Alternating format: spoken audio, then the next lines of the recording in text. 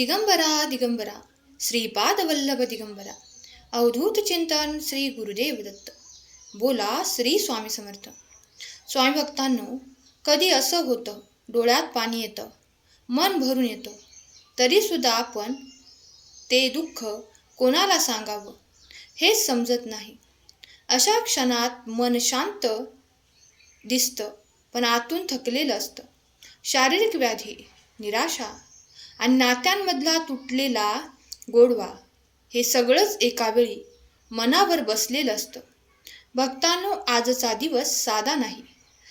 असा दिवस फार कमी येतो जेव्हा स्वतः श्रीपाद श्रीवल्लभ आपल्या भक्तांच्या दुःखांना उत्तर देण्यासाठी अध्याय रूपाने प्रकट होत असतात. म्हणून हे काही शब्द केवळ वाचन नाही, की तुमच्या आयुष्यात सुरुवात होणाऱ्या कृपेची सुरुवात आहे. हाच तो पवित्र दिवस आहे ज्या दिवशी तुमच्या दुःखांचा अंत सुरू होणार आहे. श्रीपाद प्रभूंची कृपा आजपासून तुमच्या जीवनात नक्कीच उतरू शकते. फक्त मनात एवढेच म्हणा, श्रीपाद प्रभू, हा अध्याय तुमच्या चरणी समर्पित आहे. आता माझ्या वेदनांना उत्तर द्या आणि संदेशाला लाईक करा आणि भक्तिभावाने आजचा श्रीपाद श्रीवल्लभांच्या चरित्रातील अध्याय आपण ऐकूया. श्रीपाद प्रभूंची पंचदेव पहाड येथील कल्पनातील दिव्यलीला. श्रीपाद प्रभूंनी शंकर भट आणि धर्मगुप्त यांना पंचदेव पहाड या स्थानी एक गवताची पोटी बांधा असा आदेश दिला होता. परंतु तो पाहण्याचा प्रदेश त्या दोघांच्याही परिचयाचा नव्हता.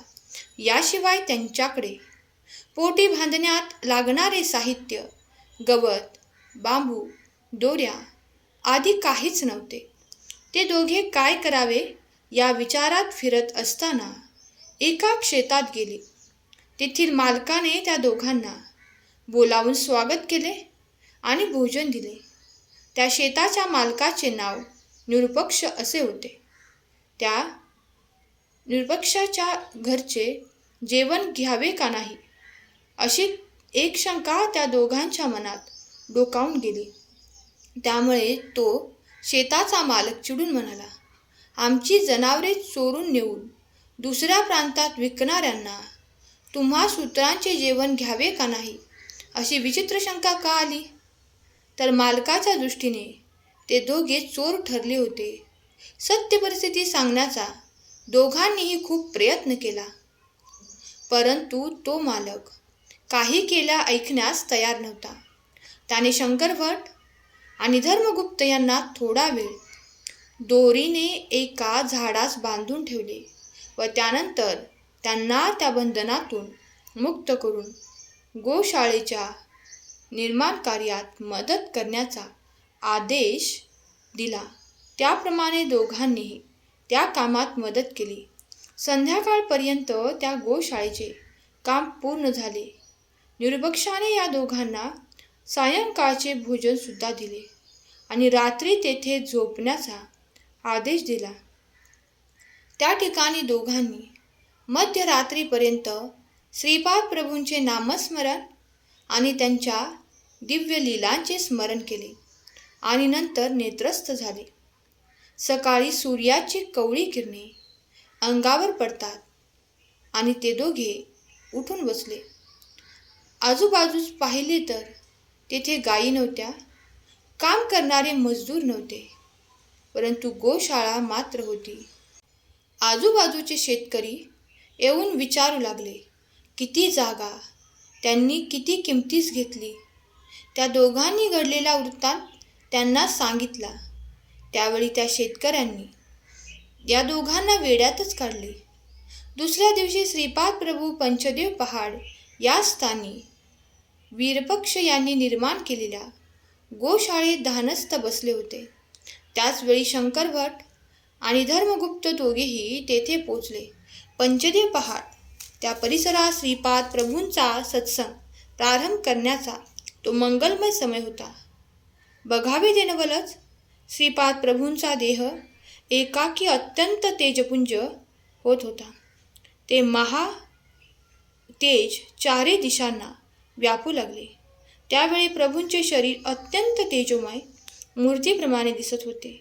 थोड्याच वेळात प्रभू गोशाळेतून बाहेर आले.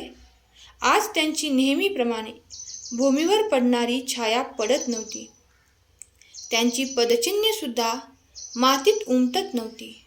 त्यांनी सूर्याकडे तीक्ष्ण नजरेने पाहिले. त्यांचे शरीर दिव्य तेजाने भरून जाऊन ते सारखेच वाढतच होते.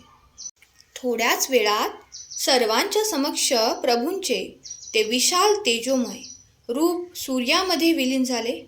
त्या सूर्याच्या बिंबात सर्वांना एक दिव्य शिशूचे दर्शन झाले. ते शिशू पृथ्वीवर वेगाने येत होते. त्या बालकाचे चरण भूमीस लागताच कोणालाच काही दिसेनासे झाले. श्रीपाद प्रभू मंद हास्य करीत होते. त्यांनी पुन्हा एकदा सूर्याकडे पाहिले. त्यावेळी सर्वांना पुन्हा सारखे दिसू लागले. सर्वांना सूर्याकडे पाहण्यास सांगितले. त्या लालबुंद सूर्यात सर्वांना एक सुंदर दिव्य तेज असणारी मूर्ती बालिका दिसली. ती बालिका हास्यमुद्रेने भूमीवर येत होती. तिचे चरण भूमीस लागताच पुनरुपी सर्वांची दृष्टी गेली. त्या गोंडस बालिकेने प्रेमाने सर्वांकडे पाहिले. सर्वांना पूर्वीप्रमाणे सारे दिसू लागले.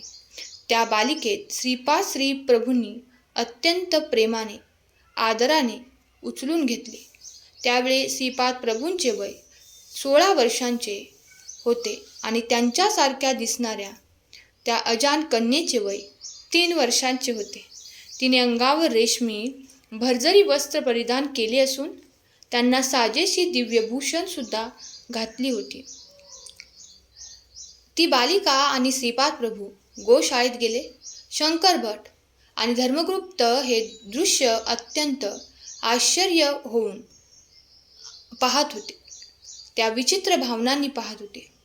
त्याच वेळी शंकर यांच्या मनात आले की हे सर्व इंद्रजाल तर नव्हे ना. ते मनातील भावना ओळखून श्रीपाद प्रभू म्हणाले, अरे शंकर भटा, हे काही इंद्रजाल नाही.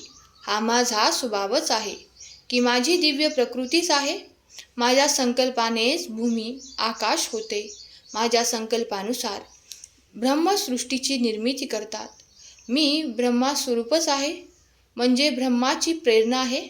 या सृष्टीतील जीवांचे पालन पोषण हे विष्णू स्वरूपाचे कार्य आहे. त्या विष्णूंना प्रेरणा देणारा महाविष्णू मीच आहे. सरस्वती आणि महासरस्वती या दोघी भिन्न भिन्न आहेत. सरस्वती हे सृष्टीतील ज्ञानदेवता आहे.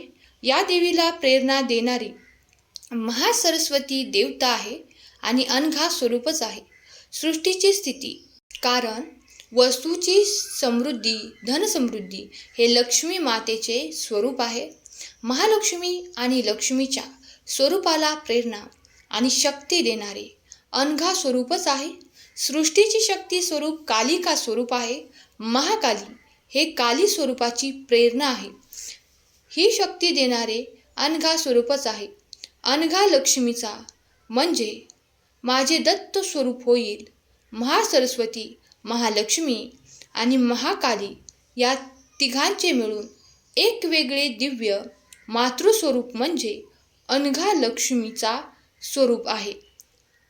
श्रीपाद प्रभू पुढे म्हणाले, हे शंकरा, अशा माझ्या अनघा स्वरूप म्हणजे ब्रह्मा, विष्णू आणि रुद्र या तिघांनी एकत्र येऊन आध्यात्मिक स्थिती धारण करून त्या तिघांचा आधार असणारी स्त्री शक्ती स्वरूपिणी अनघा हिला माझ्यात धारण केले असे माझी शक्ती स्वरूप आहे असे म्हणाले.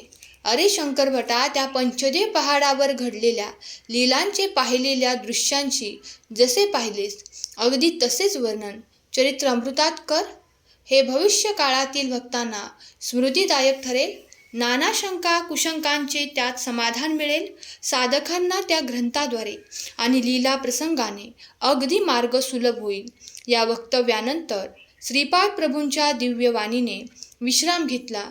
तितक्या श्रीपाद प्रभूंचे स्वरूप दिव्य तेजाने झळकू लागले आणि त्यातून श्री पद्मावती देवीचा आणि श्री व्यंकटेश्वर स्वामींचा आविर्भाव झाला.